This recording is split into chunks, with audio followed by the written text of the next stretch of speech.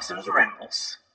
Hey YouTube, Dawson Rider here with a Dawson's Rambles news video. I'm in a bit of a different setting. This is actually the area where I usually record regular reviews. The stand goes right in between the camera and me, but it's starting to rain here and I usually set the camera up right by my chimney, which is by my desk, so you would hear just a bunch of rain sprinkles and stuff, and I didn't want to have to deal with that, and I can't quite get background music right. I'm working on that so I can not have the audio levels messed up. I keep messing up on it.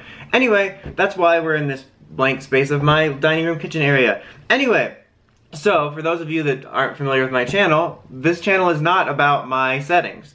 Today's news is about, huge news actually hit yesterday, about the future of the MMPR comic. You know, I'm sure we've all been speculating and talking about like what's going to happen after Shattered Grid. I know I've kind of brought it up in a couple of my reviews and talks about Shattered Grid.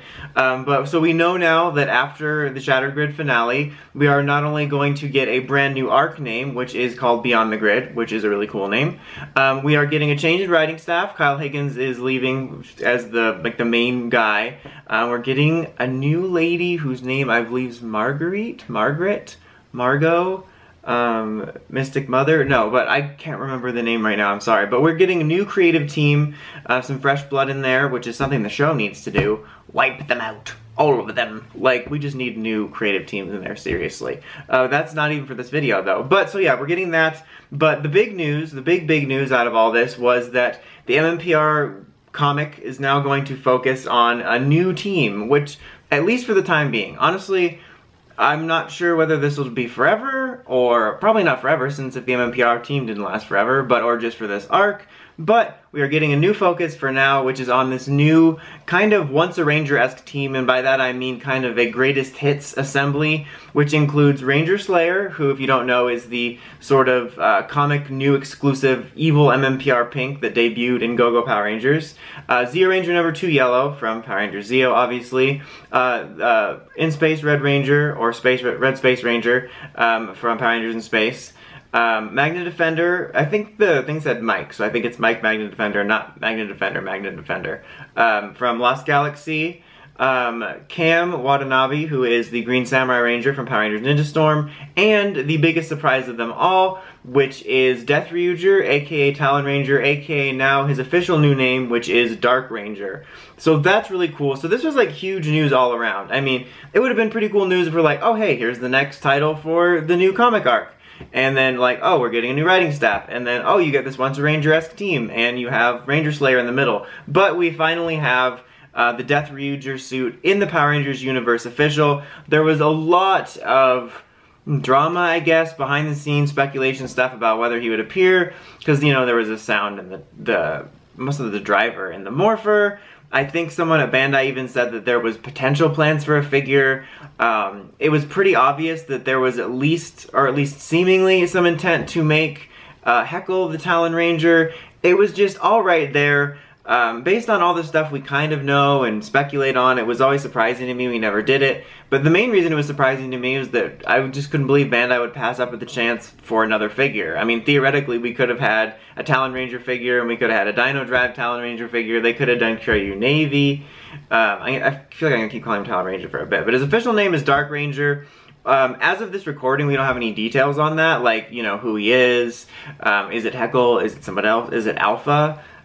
Is it, you know, is it Barry Allen? Is it a Barry Allen Time Remnant again? Who knows? But Dark Ranger, I kind of like it. It's a little basic. It makes sense if, I mean, I'm going to assume it's going to be somehow tied to, I mean, it is going to be tied to Dino Charge, but I mean, we don't know to what degree, but given that the Dark Energem would have seemingly been the source of that power, that makes sense. But again, that's just speculation. Like, for all we know, it's not tied to the Dark Energem, but just based on the information we know. But that's really cool news. Again, I just don't want to, like, latch onto the idea too firmly that, oh man, we're never going to focus on the MMPR team again. But for now, we're focusing on this new team of basically Rangers from all throughout history, with the closest ties to MMPR directly being Ranger Slayer and then, you know, Zeo Ranger 2. I mean, I know it's a different series, but come on, Zeo was like MMPR Season 4. But yeah, so that's really cool. Like, it's really exciting.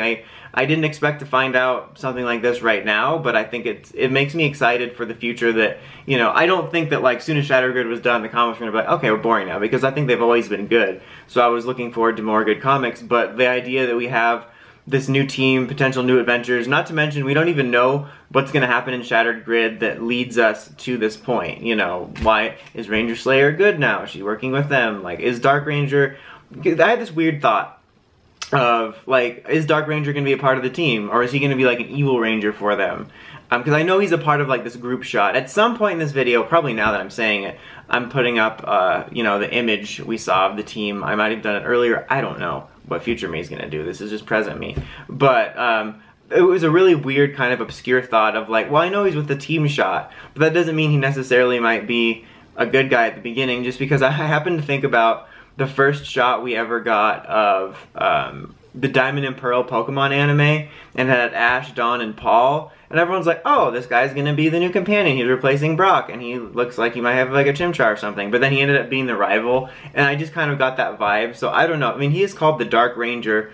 I think that's rather interesting that we have a ranger called the Dark Ranger whose suit was based off of a villainous ranger in the Sentai, and then you have Ranger Slayer who, you know, was introduced as a villainous ranger on the team, so it's gonna be very, very interesting. I'm really excited about that. Again, I like the name of the new arc, Beyond the Grid. Sounds cool, and I like the idea that we could be getting, like, we won't just fully revert back to, oh, just, you know, closed off storytelling. Like, this Shattered Grid potentially opened the comics to having this larger world build. Like, this is basically what I've always wanted, because that's what, as messy as it can be, that's what my favorite thing about Power Rangers is, especially the weird, crazy, like, hobbled together shared universe that MMPR Through in Space started. Took a while for it to get good by any means, but I always thought that made PR unique, that we had this shared universe that felt real, and it's been very kind of, not across the board horribly, but not taken advantage of for sure over the years as we've gone more self-contained, which is fine. And we've had like varying little connections, but I've always dreamed of having some sort of series that sort of took advantage of this larger world, and I think it's really cool that the PR Comic's doing good enough that they can do something like this and keep even like the casual readers invested that may have picked this up and gotten into it, and they aren't fans like you or me that have been following the franchise. And I think it's cool that they can do that. I think it opens doors. I love the idea from here on out, just potentially getting storylines that take advantage of the whole PR universe, the PR multiverse. That's really cool. As far as the writing staff goes, you know, I don't know anything about the new writers. I didn't even know her name, but I'm not gonna be doomsdaying about it. I think that we're probably in good hands, definitely better hands than the show.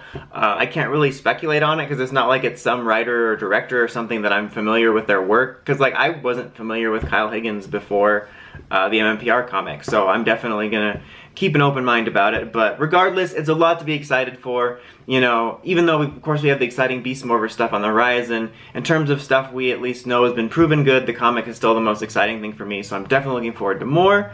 Also, just a side note, I'm probably going to try to have another little news update video out within the next week about other Toku related stuff. I thought about including it in this video, but there was just too much other stuff related to this news specifically I wanted to touch on, and I didn't want to scoot through the other stuff really quickly.